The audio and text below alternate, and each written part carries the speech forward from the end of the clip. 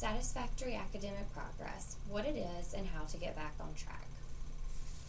Federal regulations require that schools monitor the academic progress of each applicant for financial assistance and that schools certify that the student is making satisfactory academic progress towards earning his or her degree, diploma, or certificate.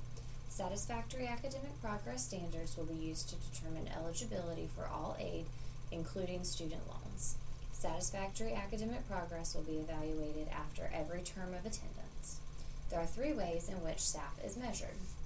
The first is completion rate. Students must successfully complete 67% of the cumulative credit hours attempted. Pre-curriculum courses are also included in this measure. Completion rate is calculated by dividing the number of hours successfully completed by the number of hours attempted. Successful completion is defined as receiving a grade of A, B, C, D, or P. This is an example of how to calculate a completion rate. First, list all of the classes that you have taken along with the corresponding credit hours of each class and the grade that you received. Add up all of the hours and then add up all of the hours that you completed successfully. In this example, the student has taken 13 credit hours and completed 9 of those successfully. So we then divide 9 into 13 and multiply by 100. This will give you a completion rate. In this example, the student has a completion rate of 69.2%. That is over the 67% requirement, so that would be considered satisfactory. Students are required to maintain a minimum 2.0 cumulative GPA. This means that it is counting every class ever taken at WakeTech. Pre-curriculum classes are also included for financial aid purposes. However, they are not included in your GPA on your transcript or in WebAdvisor, so your financial aid GPA could vary from your academic GPA. Here is an example of how to calculate your GPA. First, list all of your classes, the grade that you received, and the credit hours that each class is worth. Use the chart provided to determine how many grade points each grade you earned is worth. An A is worth 4 points, a B is worth 3 points, and so on. Multiply the credit hours of each class by the grade points earned as shown in the example. Then add them all up and divide by the number of credit hours total. In the example, the student earned 21 grade points, which was then divided by 13 credit hours, giving them a GPA of 1.615.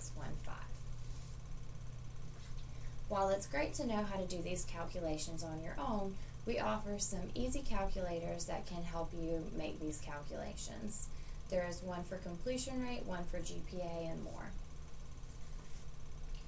You may hear that there is a deadline to withdraw without penalty.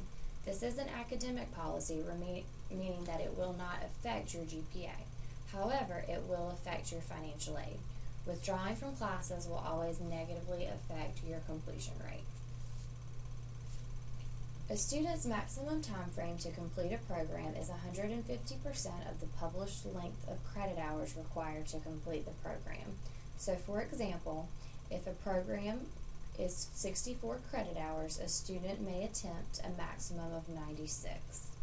Students can also receive a lifetime limit of the equivalent of 12 full-time semesters of Pell Grant.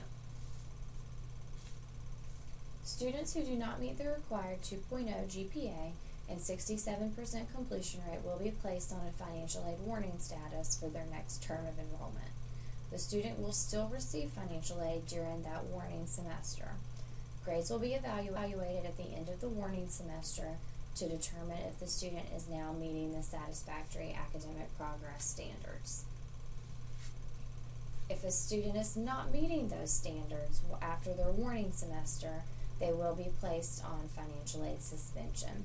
This means that the student is not eligible to receive any kind of aid, including student loans. Students who have also attempted the maximum allowable credit hours for their program of study will have their financial aid suspended.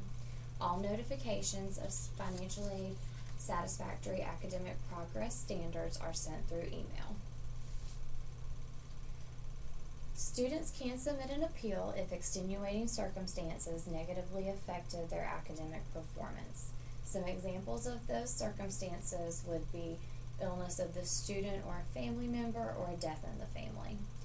Satisfactory academic progress appeals can be submitted online, and we also have the forms available on our website. Students are required to submit an academic plan that shows how the student will progress towards graduation. Submission of an appeal does not guarantee approval. For more information on appeals and satisfactory academic progress, please go to our website under the Keeping Your Financial Aid section. You may also contact our office with any questions. Thank you.